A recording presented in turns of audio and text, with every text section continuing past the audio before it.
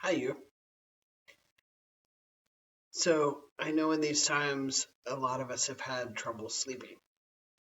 So, whether it's little people, big people with little people inside like me, it's hard to go to sleep when you're worried or scared. So maybe you're concerned about someone who's sick, or maybe you don't feel so well yourself. That's okay. Now it's time for sleep. So one of the things I used to do with my daughter is read her sleep. And I love reading. I love being read to now. And tonight I want to read you The King's Stilts by Dr. Seuss. It's one of those little known Dr. Seuss books. It's a little bit longer than some of the others. So I'm going to read and then show you pictures. Okay.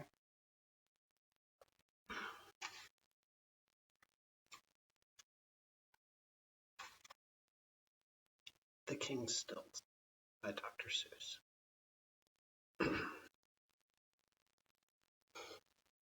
It's a special story.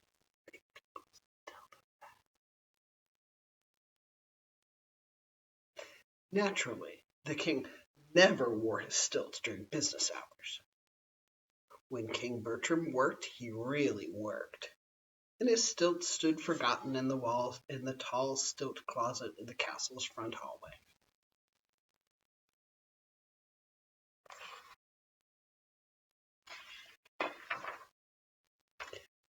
There was so much work to be done in the kingdom of Ben that King Bertram had to get up every morning at 5. Long before the townsfolk and the farmers were awake, the king was splashing away in his bath. It was right there, in fact, that his day's work began. With his left hand he could bathe with his royal bath brush, but his right hand he always had to keep dry for signing the important papers of state. Eric, his page boy, brought these papers in on a big silver tray. He stood at attention at the foot of the tub while old Lord Drood took the papers one by one and held them over the water for his majesty to sign. Sign here, sign there, old Drood would say. And hurry, sire, hurry. There are hundreds more to come. It was just the same at breakfast. The king cut and buttered his toast with only his left hand. With his right he kept signing royal orders and commands. By 7 every morning, the king had always finished more business than most kings do in a month. He had to get all this done before 7, for that was the hour when his big work commenced. The most difficult and important work in the whole kingdom of Ben. There he is in his bath, signing papers.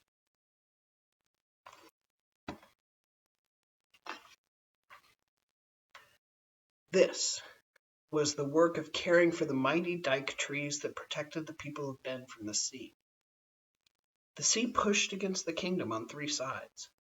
The kingdom was a low one. The sea was a high one, and the dike trees kept the sea from pouring in. They grew so close together in a row along the shore that they held back the water with their heavy, knotted roots. But to keep these trees strong and sturdy was not an easy task. They were more spicy than pine trees, and their roots were very, very tasty to a certain sort of bird. There was a kind of giant bird with a sharp and pointed beak. Lizards, they were called by the people of Ben. These lizards were always flying about over the dike trees, waiting for a chance to swoop down and peck. If nobody stopped them, the roots would soon give way. Then the sea would pour in with a terrible roar, and every last soul in the kingdom would drown. Picture of the dike trees, the birds attacking them.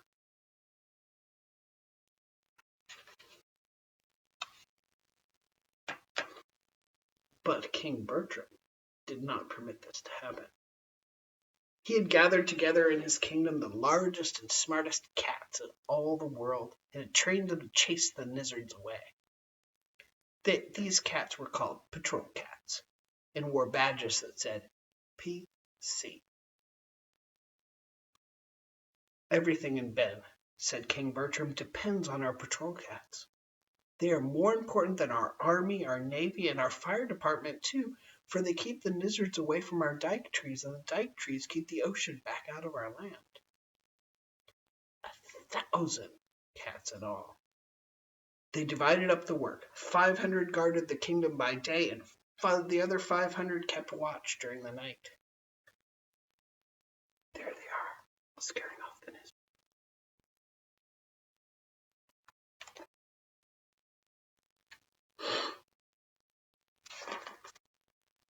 At 7 every morning came the changing of the cat guard.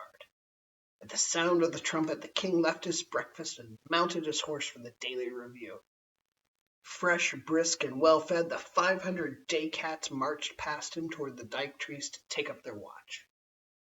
At the same time, the night cats, muddy, tired, and hungry, headed home to their kennels for their 12 hours rest. There was rest for the cats. There was none for the king. It took every minute of his morning to see that they were given the very best of care. The huts that they slept in must be kept clean and tidy. Each cat must be brushed and his whiskers trimmed just so.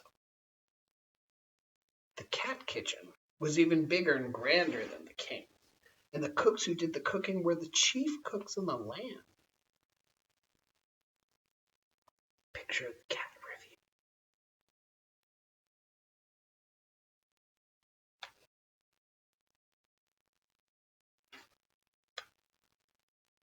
Your Majesty, the chief in charge of fish would always say, tell us that you think the food we feed our cats is perfect. And the king would look over the huge wet baskets of fish, choosing only the finest and freshest to serve to his patrol cats. So went the morning. Then all afternoon, both in winter and summer, the king made his rounds over the edge of the sea. Every root of every dike tree he inspected every day. But finally, at 5 o'clock, the great task was finished. Then the king smiled. A hard day, he'd say, full of miserly worries. A long day, he'd say. Now it's time for some fun. This was the moment that King Bertram lived for. When he worked, he really worked. But when he played, really played. Quick, Eric, he'd shout. Quick, Eric, the stilts.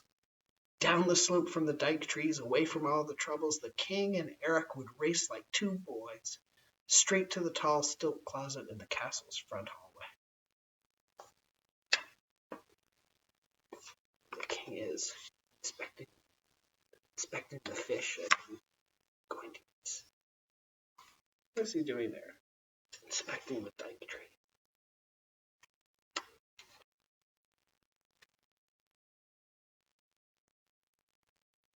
Out came the stilts. Up leapt the king. High in the air, his royal robes streaming, he'd race through the marble halls, out across the terrace, up and down the garden stairs. Black-spotted coach dogs barked and romped beside him, nipping at the heels of his flashing red stilts. The townsfolk looked on from the walls and just loved it. The grown-up king on stilts, they'd say, does look rather strange. But it's hard work being king, and he does his work well. If he wants to have a bit of fun, sure, let him have it. It's the king on his flashing red stilts.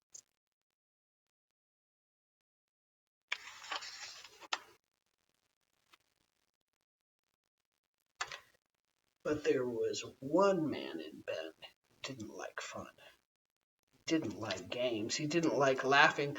This man was a scowler. This man was Lord Drew.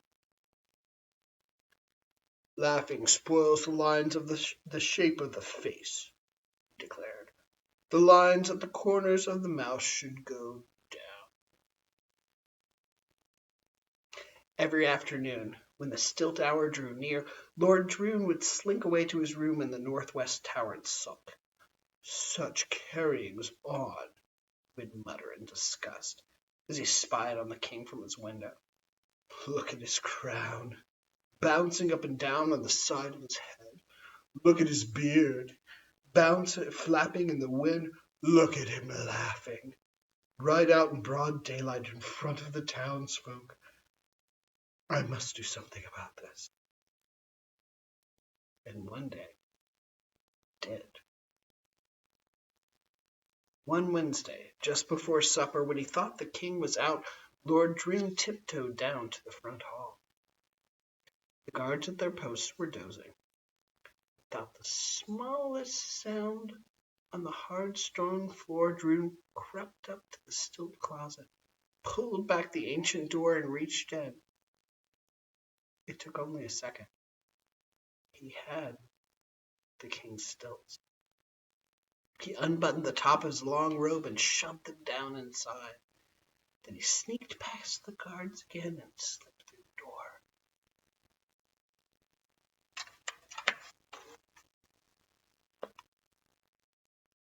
Looking out.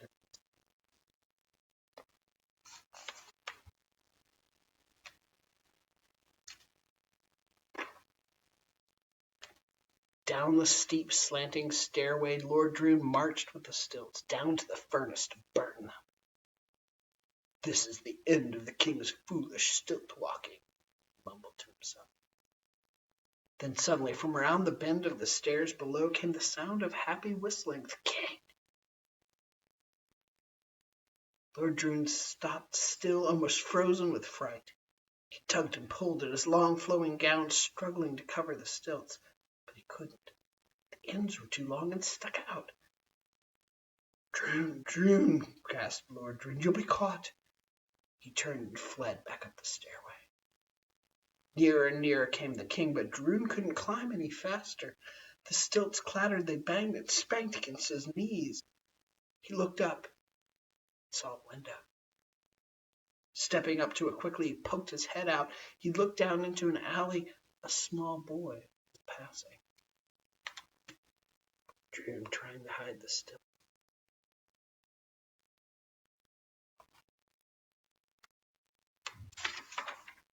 It was Eric, the page boy. Psst, you! Lord Droon hissed in a hoarse, nervous whisper. Eric looked up, astonished. Yes, sir? He bowed politely. Take these stilts, commanded Lord Droon. Take them away, bury them, deep where no one can ever find them. Bury them up by the sea, by the dike trees. Lord Droon flung the stilts from the window. King's stilts? Bury them? Eric didn't know what to think. It will spoil all His Majesty's fun, he stammered. You impudent, said Lord Droon harshly. I said bury these stilts. What's more, young man, don't you ever come back or I'll have you locked up. I'll have no impudent boy around this castle. But I'm the king's own page boy, gasped Eric, hardly able to understand this dreadful command. You were the king's own page boy, snapped Lord Droon, pulled in his head and slammed down the window.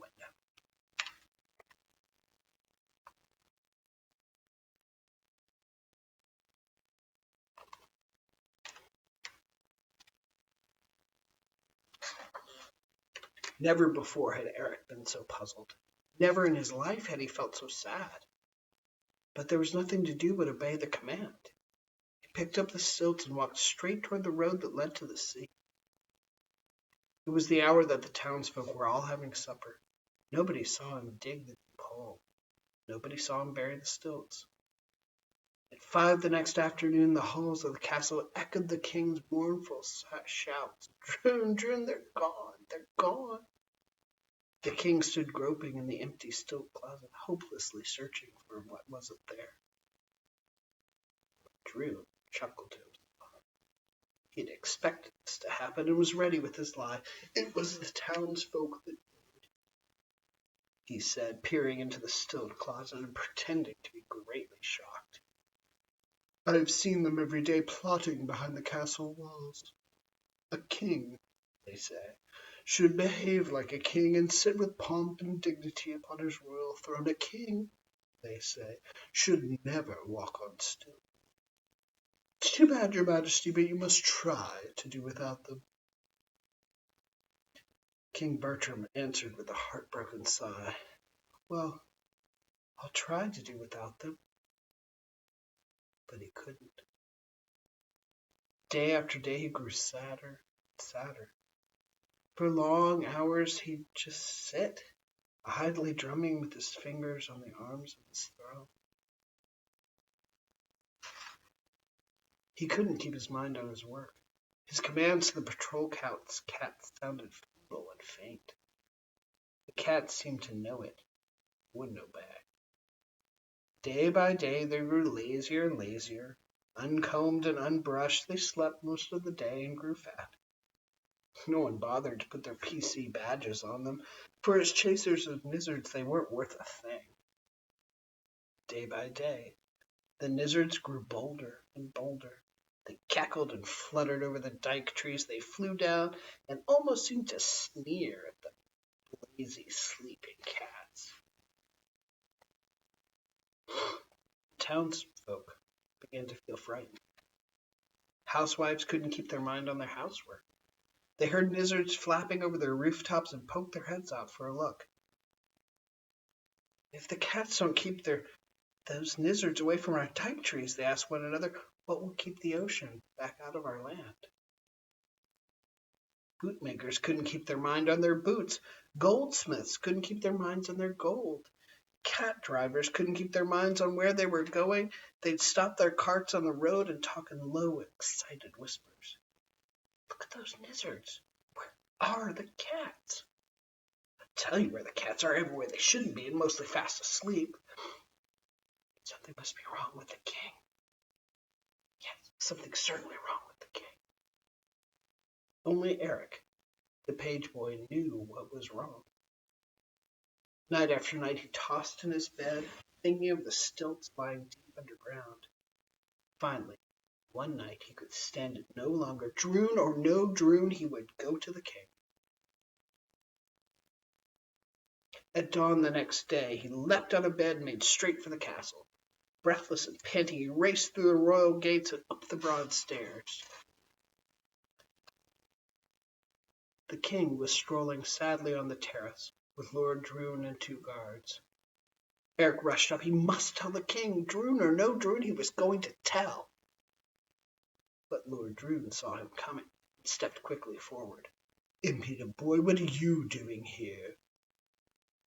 Before Eric could answer and push past him to the king, Lord Droon had grabbed him. He looked at Eric sharply, and suddenly the corners of his mouth turned up in a grin. A shrewd grin. Your face, he said. What's wrong with your face? My face? Said Eric. He rubbed his hand over his forehead. It was merely hot and moist from running. Nothing at all was wrong with my face. It's red, said Lord Droon with the sly look he always had when he lied. It's awfully, awfully red. Measles, he shouted. Ho, guards, take him away, lock him up. I haven't measles any more than you have, shouted Eric. It's a trick, a nasty, Droonish trick. Let me talk to the king. But they dragged poor Eric, fighting and kicking away from the king and down the castle stairs. Droon stopping him.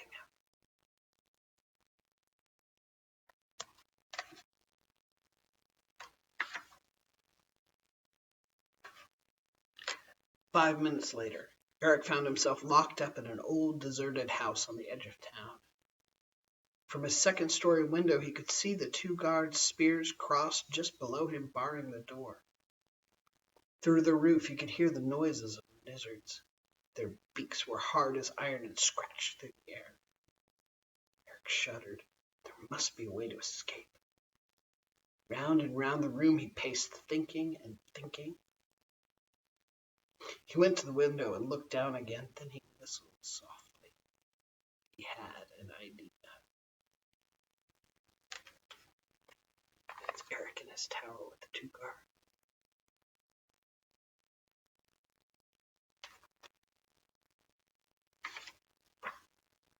What do you think he's going to do? Very quickly, Eric slipped off his belt, pushed the end through the buckle, and made a lasso. Then he leaned from the window and aimed for the spear points. He dropped the caught. He jerked the belt tight and tied a quick knot. "Look, guards, look!" shouted Eric as he jumped onto the window sill. "Your spears are tied together." If the guards had dropped their spears, they could have caught him in a second, but they didn't. They just yelled at each other and yanked, tugged, stupidly trying to pull the spears apart. By the time they had finally had them untied, Eric had sprung to the tree outside his window, slid down the trunk, and quietly escaped. Eric ran through the backyards and alleyways to escape the angry guards. The streets were deserted. No people at all. They were all at home, trembling with their window shades pulled down. The air was full of the chittering and the chattering of the lizards. They were cutting through the clouds like flying black knives, flying nearer, flying lower, down to earth to eat the dyke tree roots, soon to let the sea pour in. Eric ran. He turned a corner. He stopped and stared with horror. Flowing gently toward him down the sloping alley came a little trickling stream. "Water," he whispered hoarsely. He dipped in his finger. It tasted of salt. Sea water! One dyke tree must already have been eaten clean through. "Not a second to lose," gasped Eric. "I must dig up the stilts." Up the hill to the dyke trees where the king's stilts lay buried, right into the very thick of the lizards. They flapped and screeched about him. They hissed as he dug. "Gritch, gritch," snarled the lizards. "Gritch to you," snapped back Eric, furiously pelting them with fistfuls of mud. The harder they fought him, the faster he dug. His fingers touched the stilts at last. He pulled them from the ground. Stilts bouncing on his shoulder again, Eric ran. The road to the castle took him back through the town. The streets were still deserted. Close by the door of an old tailor shop, Eric stopped for an instant to rest. The stilts had begun to hurt his shoulder. "Those two stupid guards," he thought. "I wonder where they are." He found out all too soon. From around the corner at his very elbow suddenly bellowed the angry voice of old Lord Drew. "You guards indeed, to let a little pipsqueak of a boy tie up your spears. Dunderheads! Search every street, search every house." Eric heard the clatter of their heavy hobnail boots. No time to run, nowhere to hide. Wait! Those clothes. The old tailor shop. Eric ducked inside. An instant later, Lord Droon and the guards appeared around the corner. "Search the tailor shop first," commanded Lord Droon. But just as he said this, from out of the shop strode a strange, tall man. There was something very odd about the hang of his robe. His hat was pulled down far over his eyes. "Those eyes," muttered Lord Droon. "Have I seen them before?" He stepped in front of the tall man, blocking his path. The tall man's mouth went suddenly dry. Are you? Are you? He stammered hoarsely. "Are you by any chance a small boy with no belt?" "Which way?" shouted the guards. "Which way did he go?" "That way," said Eric, and he nodded toward the sea. The clatter of hobnails, the two guards were off, Lord Droon sputtering and scolding along behind him. Eric dressed up on the stilts.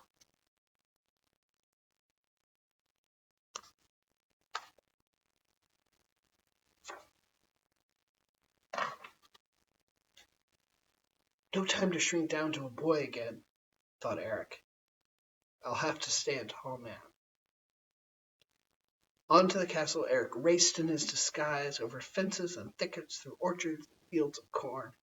Everywhere he saw patrol cats, useless and limp, fast asleep on haystacks, dozing in the trees. Then suddenly, just ahead, he saw the king. He was sitting on a little pile of stones outside the castle gate. His robe wasn't pressed. His crown wasn't shined. He had deep, sad circles under both his eyes. Your Majesty! Your Majesty! Shouted Eric as he clambered up behind him. The king paid no attention. Eric leaned down and shouted right into his ear. Very slowly, the king turned his head. Well, sighed King Bertram, and who may you be? I'm Eric, cried Eric. He let the robe that was covering him drop to the ground. The king's own red stilts flashed bright in the sun. Down from the stilts leapt Eric, the page boy. Up onto the stilts sprang Bertram the king. He drew a great kingly breath, the first one in weeks. His head shot up high, his chest broad and wide. Bertram of Ben was sturdy, straight, and strong again, and every inch a king. Eric giving back the stilt.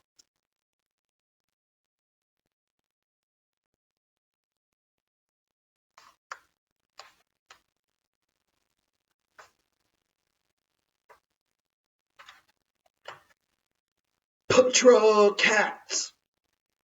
It was the loudest command ever shouted at Ben.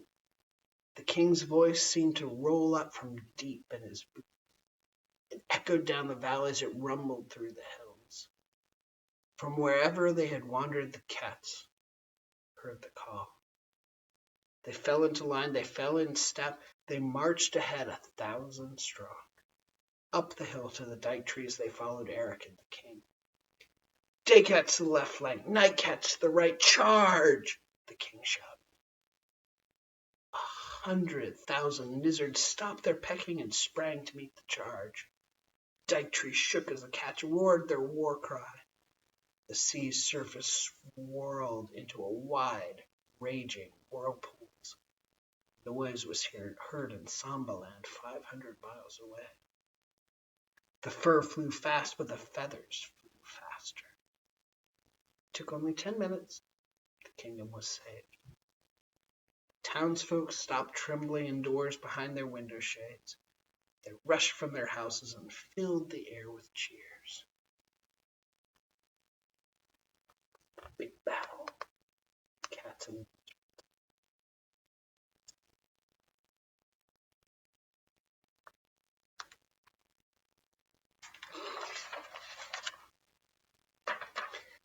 Then the king punished Roon in a most fitting way. He sent him to live by himself, with a guard of patrol cats, in that old deserted house with a sign that said, Measles. And he made him eat nizzards 3 times every day, stewed nizzards for breakfast, cold nizzards for lunch, fried nizzards for supper, and every other Thursday they served him nizzard hash.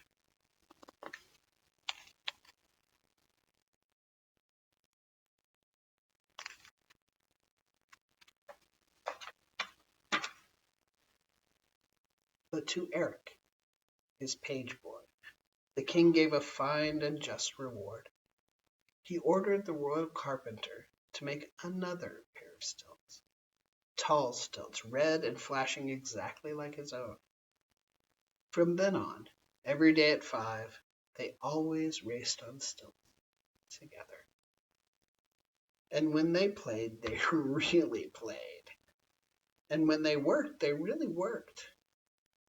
And the cats kept the lizards away from the dike trees, and the dike trees kept the water back out of the land.